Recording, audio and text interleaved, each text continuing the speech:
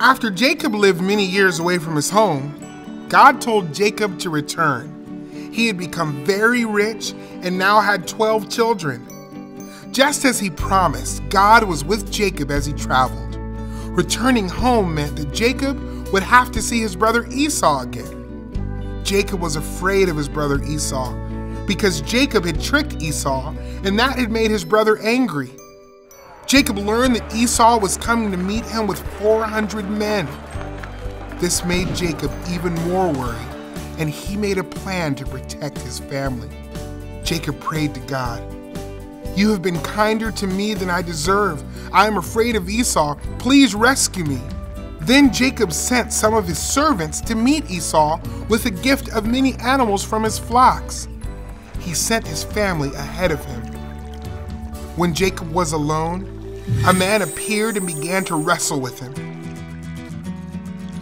Jacob knew this was not an ordinary man. They wrestled all night. Finally, the man touched Jacob's hip so that Jacob limped for the rest of his life. But Jacob would not let him go. In the morning, Jacob said to the man, "I will let you go if you bless me."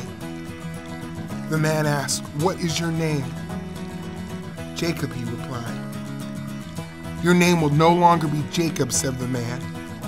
"It will be Israel, because you have struggled with God and with men and have prevailed." Jacob asked him, "Please tell me your name." But the man answered, "Why do you ask my name?" And he blessed him there. Jacob knew the man was God. Jacob named the place Peniel. "For I have seen God face to face," he said, "and I have been delivered." After that, Jacob knew that God was stronger than he was, and he learned to trust God's plans.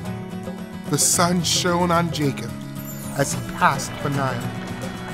Jacob looked up and saw Esau coming with his 400 men. Jacob went ahead of his family to meet Esau. What a surprise! Esau was not mad at Jacob. He was glad to see Jacob's family. He did not want Jacob's presents, but Jacob said, "Yes, you must take the gifts," because Jacob was so happy. He knew God was taking care of him and his family. Jacob and his family moved to a place where he built a house and settled his family. He built an altar to God. God had changed Jacob and given him a new name, Israel. When Jacob's family grew larger, it became a nation. The nation is called Israel. Jacob's meeting with God changed his life as reflected in his new name, Israel. Jesus came so that we might have a changed life, forgiven of sin. 2 Corinthians 5:17. Jesus' death and resurrection provided sinful people with a way to be adopted into God's family. When we are adopted into the family of God, we also receive a new name, children of God.